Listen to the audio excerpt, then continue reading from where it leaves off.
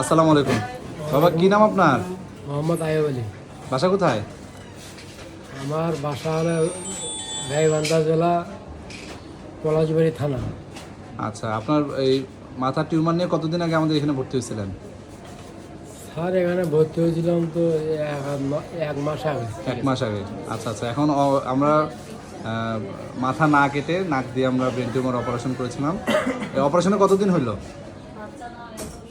তো অপারেশনে কতদিন হবে ভাই? 15-16 দিন। 15-16 দিন আছে হবে। আগে কি সমস্যা হইতো?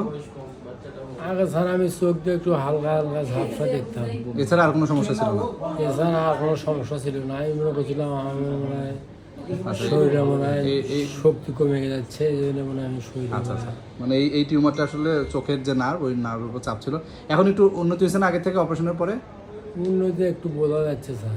আচ্ছা আচ্ছা, আপনার কে হয়? আমার ছোট ভাই। ছোট ভাই। আচ্ছা, এই মেডিকেলের এই সেবা পেয়ে কি আপনি সন্তুষ্ট? জি স্যার।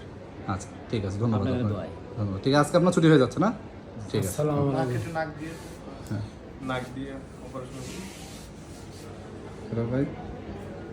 অ্যানুনাসালে পোস্টার এটা রং আচ্ছা, এটা আমরা একটু বলে নিই। আমরা হলাম এই রংপুর মেডিকেলে সফলভাবে আমরা মাথার হাড্ডি না কেটে নাক দিয়ে আমরা ব্রেন টিউমার অপারেশন করেছি এখানে। এটা হলো পিটুইটারি গ্ল্যান্ডে একটা টিউমার ছিল এবং সারা ওয়ার্ল্ডে এটাই সর্বাধুনিক প্রযুক্তি। সেই প্রযুক্তি এখন এই রংপুর মেডিকেলেই হচ্ছে।